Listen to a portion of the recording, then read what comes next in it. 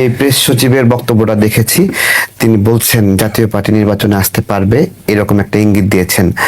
তো এর পাশাপাশি আওয়ামী লীগের নামটাও বললে আমি খুশি হতাম।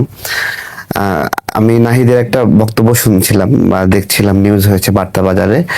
সেখানে লিখেছে যে এই গণ অভ্যুত্থান কোনো নির্দিষ্ট দলের বিরুদ্ধে হয়নি এবং কোনো নির্দিষ্ট ব্যক্তির বিরুদ্ধে হয়নি, এটা হয়েছে ফ্যাসিস্ট সংস্কৃতির বিরুদ্ধে।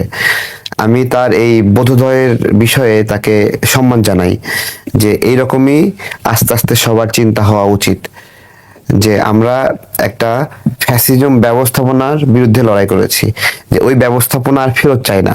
এবং এই ফ্যাসিজম ব্যবস্থাপনা নির্দিষ্ট কোনো দলের ক্যারেক্টার না, যে কোনো ব্যক্তি অতিরিক্ত ক্ষমতা পেলে এই ফ্যাসিজম ক্যারেক্টারে ফিরে আসতে পারে, যে কোনো দলই আসতে পারে।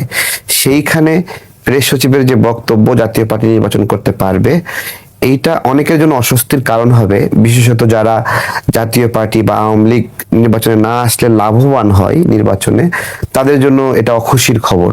এবং তারা একটা প্ল্যানই করেছে এভাবে, যে কোনোভাবে যদি আওয়ামী লীগ এবং জাতীয় পার্টিকে একটু আলাদা রাখা যায়, তাহলে তাদের ভোটটা তাদের দিকে নেবে।